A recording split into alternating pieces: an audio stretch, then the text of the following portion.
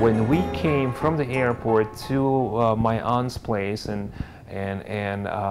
here we are, here we are drinking for our arrival.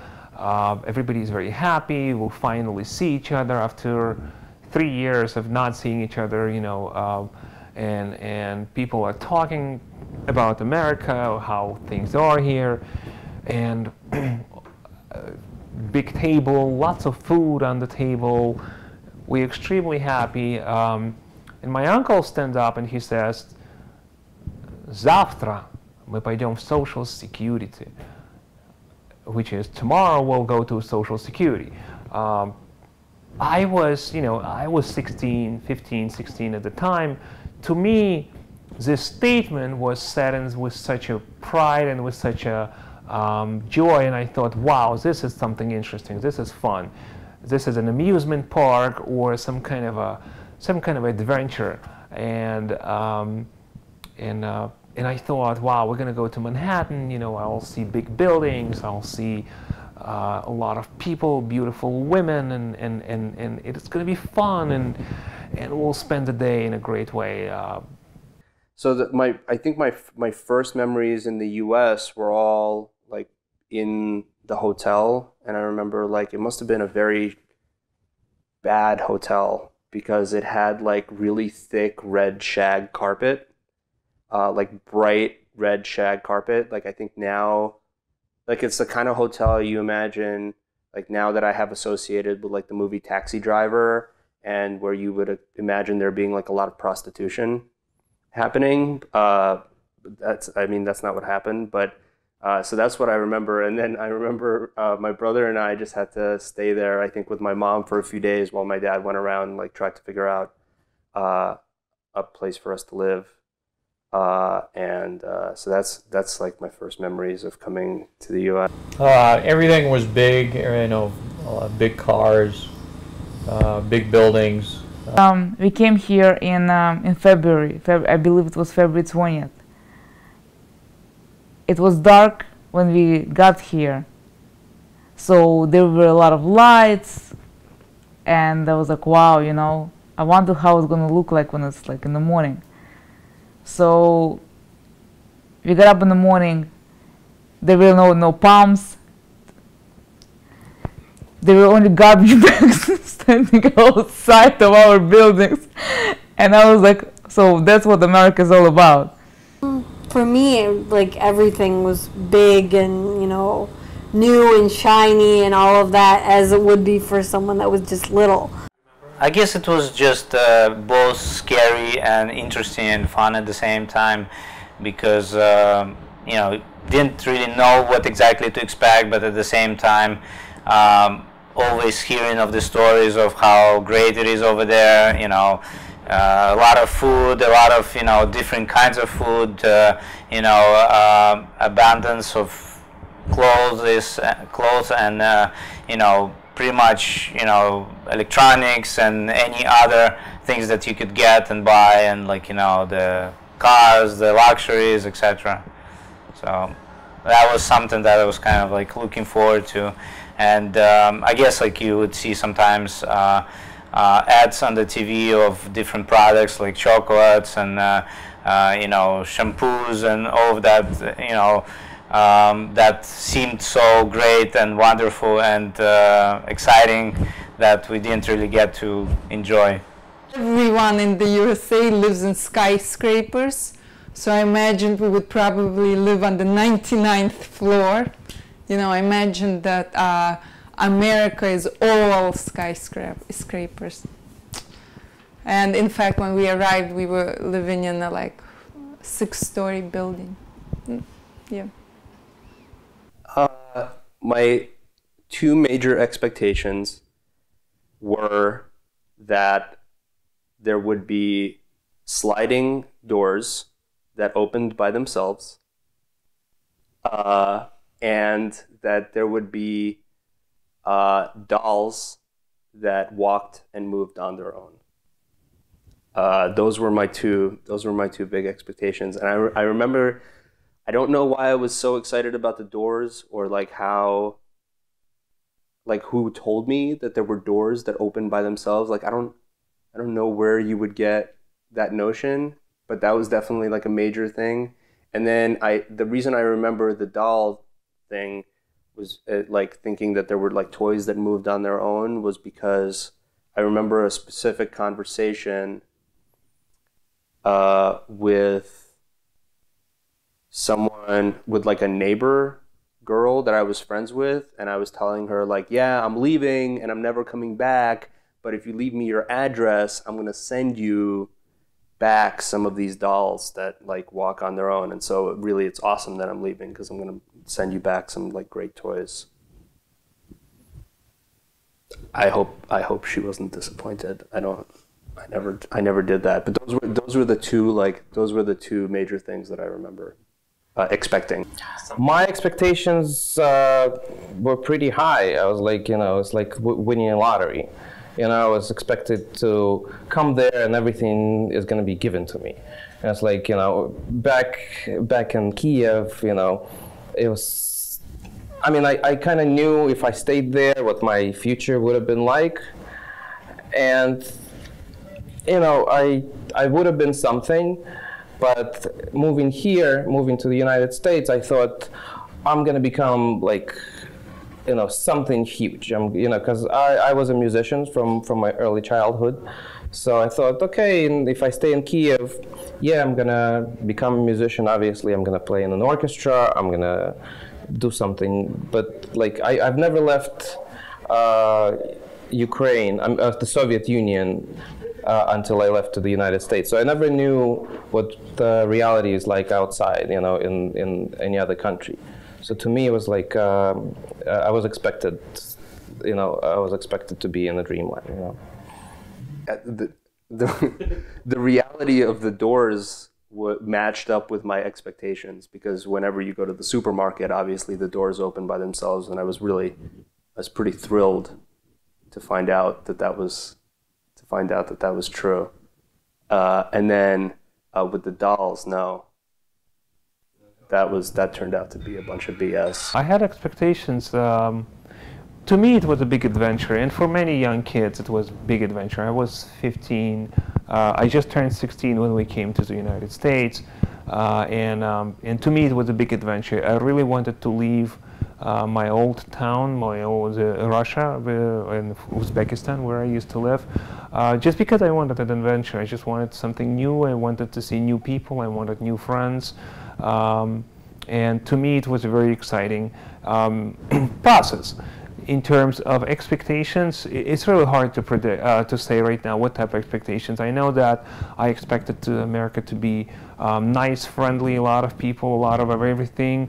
I knew that there will be abundance of goods and stuff and games, and there will be a lot of fun, and some people were saying it will be hard work, but at that point, at that age, I could care less about hard work. We were ready to work really hard, and yeah, it was fun. Yeah, to me, it was a big adventure.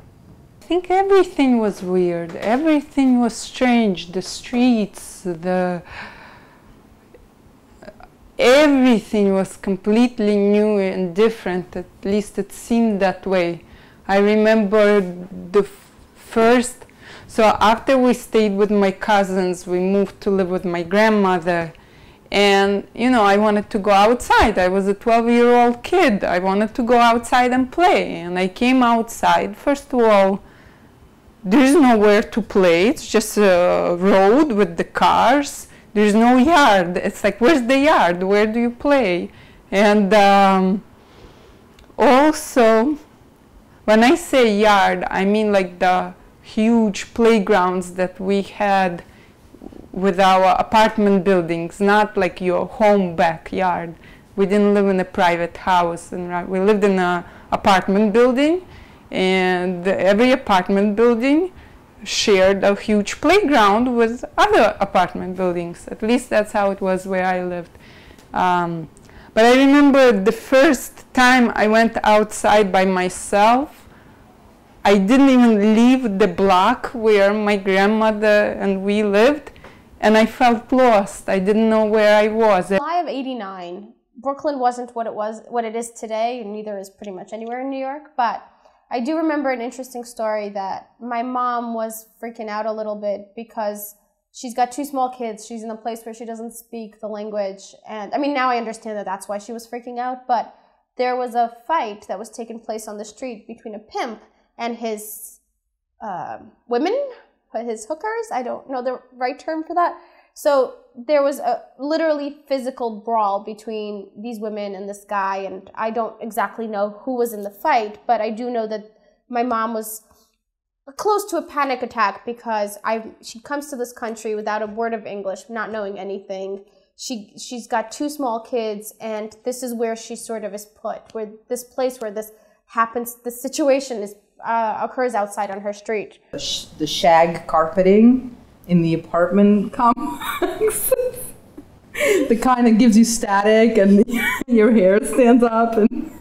But it was a complete novelty. It was it seemed something very luxurious at the time that I've later have come to despise and associate with sort of slum immigrant housing. But then it seemed like you wanted to roll around in that. That seemed very unlike anything else I've seen before. You know, I think the strangest thing was maybe the cultural difference between kind of a Russian and an American, and the fundamental difference was sort of the sometimes the indifference of people, and sort of you know, if you're around, that's great. If you're not around, that's also great. I would say, interestingly enough, the strangest thing about America is specifically something that we encountered because we came to the Midwest. And it's sort of honestly a trademark of the Midwest. But I think it was a bit strange getting used to. And that's the Midwestern overly hospitable nature. First thing I remember is automatic doors in JFK airport. Because that was kind of cool. Doors open on their own. That's just, the whole idea was fascinating. I still don't know how that works. Technology. It was the end of March. It was cold. I remember the cold air as we were walking out through those automatic doors. My first happy memory in the U.S. was my little brother learning to walk. And I remember that it's connected with the ugly shag carpet. No, it is because, so I think that hotel is the first place we stayed at, like after leaving Russia, where there was like just really nice soft carpeting all over the place. And Jake had just turned, was about to turn 1, I think, when we got to the U.S. And when we got to the hotel, there wasn't very much to do. So I played with him a lot, and I think I taught him to walk at the hotel because he was. It was nice soft carpeting, so it was easy for him to like run around without. And if he fell down, he wouldn't get hurt. So that's my first happy memory. I think that was like the first time he ever walked across a room by himself was in that hotel. I think my first happy memory is like making friends in New York, and then going to a sleepover with a bunch of girls my age, Sarah Kurland. And then we watched Grease, and I was like, oh, that's cool. And our mom did not understand the concept of sleepovers. She was like, why do you have to sleep at someone else's house? Yes, I remember that. Yeah, I was like, why can't you sleep at home? Stay there, and then I'll pick you up. And then, of course, you don't want to be that one kid that gets picked up by their mom. I think it took a couple of times before she would actually let me sleep over. Yeah, it was like the concept. Why would you not sleep in your own bed? Yeah. Sleep somebody else's bed. I transferred to the English-speaking class, and I was in the English-speaking class at that point probably for 2 years. But I still, and obviously I was taking all the tests in English. I was doing it, but I didn't realize that I knew English. In fact, I thought that I didn't know it. And then I went to a Russian summer camp. It was in Poconos in Pennsylvania, Camp Olympic. All the kids were Russian American in the camp. But for some reason, they hired Russian-speaking counselors straight from Russia. And I remember a particular moment where we were, you know, a bunch of girls, we were like 14 probably. We were in the bunk, on our bunk beds, and one of the other girls was saying something very mean about our counselor. And I remember, and our counselor was Russian speaking only, she didn't speak English. And I remember saying to the girl, I said to her, you know, and I probably said it in English, I said, you know, just because she doesn't understand us, you shouldn't be saying that about our counselor. And at that moment, it hit me. Wow, I'm like, that means I understood what she just said. Our counselor didn't, but I did. And that was the moment when I was like, I know English.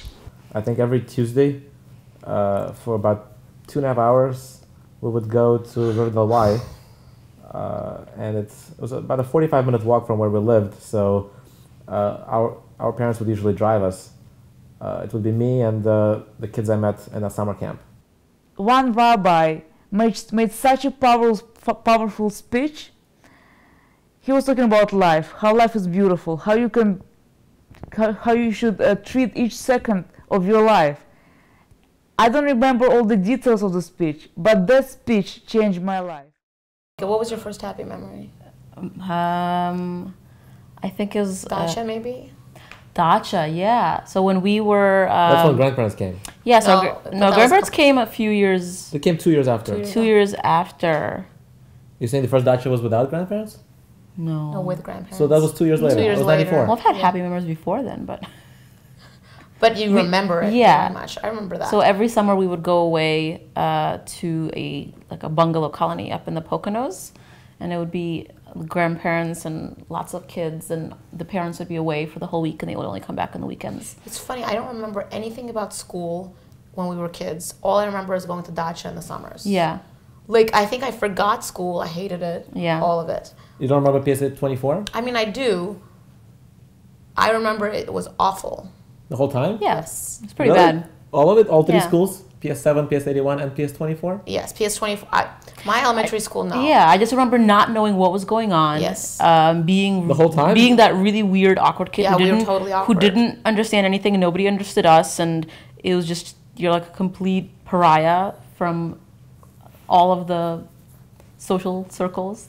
Yeah. Only social circles that 11-year-olds can. Yeah, I remember I got totally like bullied and made fun of in like the 4th and the 5th grade. Yeah. Only until middle school was I like normal or whatever. But I remember in the 4th and 5th grade, people picked on me because I was with the funny accent.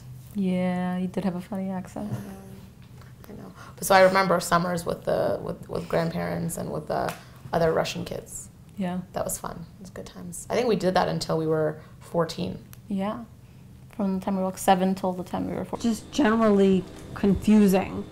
Again, like I now knew that it was stable, as opposed to the immigration. We moved scenery from Vienna and Rome, and everything was changing very quickly.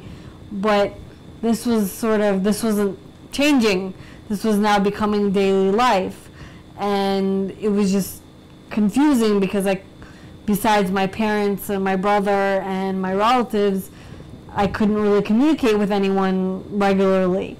And it's not like at that age I per se had a very outward sort of personality, but I definitely would have wanted to communicate more than I had the chance even. And for me, it was just confusing what was going on around me. I guess living the place where you know everything, kind of, living friends, kind of the life that you're used to already, and going somewhere where you have no idea what to expect. where you would need to learn a new language. You would need to learn traditions and customs and the culture which you're not really that familiar with, and just trying to fit in the new country and the new home. Well, I think the worst experience is not being able to express yourself when people ask you questions, which I had certainly in the first 3-4 months, 5 months of just coming to U.S. Obviously my English was not as good as it is now, and I could barely really put together a conversation with anybody.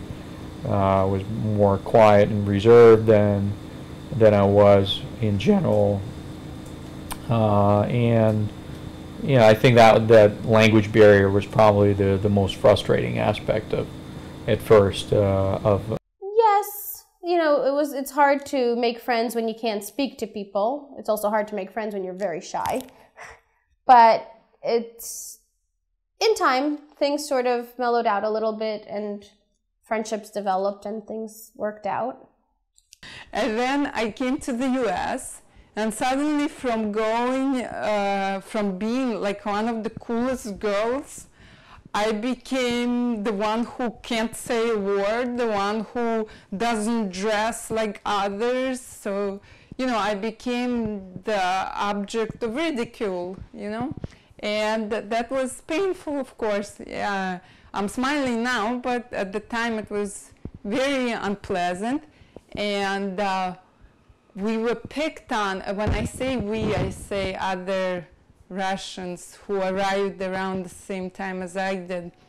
The painful part is that we were picked on not just by the Americans who found us strange and funny looking, but by other Russians who came to the US about 2 years before us. So they could hide the fact that they were Russian, and they pretended not to understand us, and they made fun of us even more than the American kids did. So it was painful, We didn't really try to be friends with Americans. There was none of that going on. In the cafeteria, there was, all the Indian kids were sitting together, all the Chinese kids were sitting together, all the Russian kids sitting together, and maybe somewhere in the corner were American kids. There was just none of the mixing. There was this kid in my class named Thomas, and he kept calling me stupid. And so one of the first words I learned in English was stupid. Because I came home and asked my parents what, I had to wait until I got home and ask my parents what stupid was. And that's why I'll never forget Thomas. They were all so mean to me. I was part of the cool girls group, but I was the one that was invited everywhere so that I could be the one that everyone made fun of. Yeah. Whereas I was not cool at all, but all of my friends were really uncool as well. Yes. So I was totally fine. I had my group of really uncool kids, and we were all uncool together. I was the uncool one in the group of cool people. Yeah, that was much worse. Yes, it was. That's harder. That's harder. You need that one uncool girl. Yeah, you need the girl to make it. Yeah, that's. Yeah. There were no Russians in my class in 7th grade and 8th grade, so I was the only Russian. So I became friends with one Indian kid, one guy from Bangladesh, and one guy from Saudi Arabia. It's a good group. Yeah. They were all super uber geeks. I wasn't a geek yet because I was still getting into it, but they were already geeks. They were into computers. There was hazing also, like the earlier immigrants. Not even the 70s, just maybe even 10 years earlier, there was a lot of this sort of looking down and condescension. And I certainly had a lot of trouble making friends because I was like the only Russian kid in the room and the only Russian kid in the school for that matter. It was not like in New York where you came in and there were maybe hundreds of other Russian kids in the school. I was the only one in the school, and there were several hundred. or maybe as many as thousands of students. It's weird. It was, I mean, obviously, any kid in a new school would feel like an outsider because you need to make friends. But for me, it's a lot weirder because I can't really speak well to them because of the language issues, you know. So therefore, I had to be even more shy than I am, if you could say that. But luckily, there were some other Russian kids there, a handful maybe. So I guess we had the Russian club. I had one guy who was a grade older than me, and one guy that was a grade younger than me. So there's 3 guys. There were a couple of girls, and that's pretty much that was our gang.